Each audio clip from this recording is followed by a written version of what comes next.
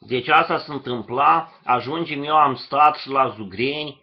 cu mama, cu tata, era Ștefan Mihai cu copilul lui, erau soții Precupeanu și după asta am văzut și un om din ăsta care era dat de familia lui din străinătate să fugă, să fie ucis. Deci asta făceau, deci ei nu erau nici comuniști, după asta,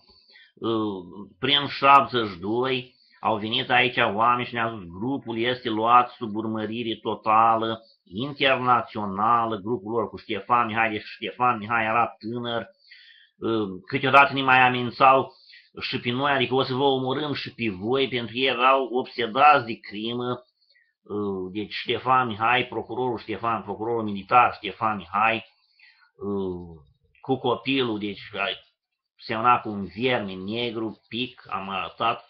și soții ăștia Precupeanu, care ei aveau că nu sunt comuniști, supracomuniști, ce fac ei, că aduc oameni din Occident aici și îi fac un fel de vânătoare în asta cu ei și eu, până la urmă îi cam omora. Asta e o activitate și nu comunistă, supracomunistă, deci petrecerile erau pe la Zugreni, pe acolo, lucruri tenebroase și monstruoase, deci asta făceau. Eu mi-amintesc, la 3 ani o singură dată, a doua oară i-am refuzat, deci a doua oară i-am refuzat, nu mai merge, am spus că deja veniseră niște anchete și nici nu erau comuniști, asta era o afacere, deci în multe locuri în Occident se face asta. În foarte multe locuri în Occident se face asta, deci anumiți puternici ai regiunii pun să bată niște oameni, fac niște pareuri, fac asta, vânătoare de oameni, deci asta era situația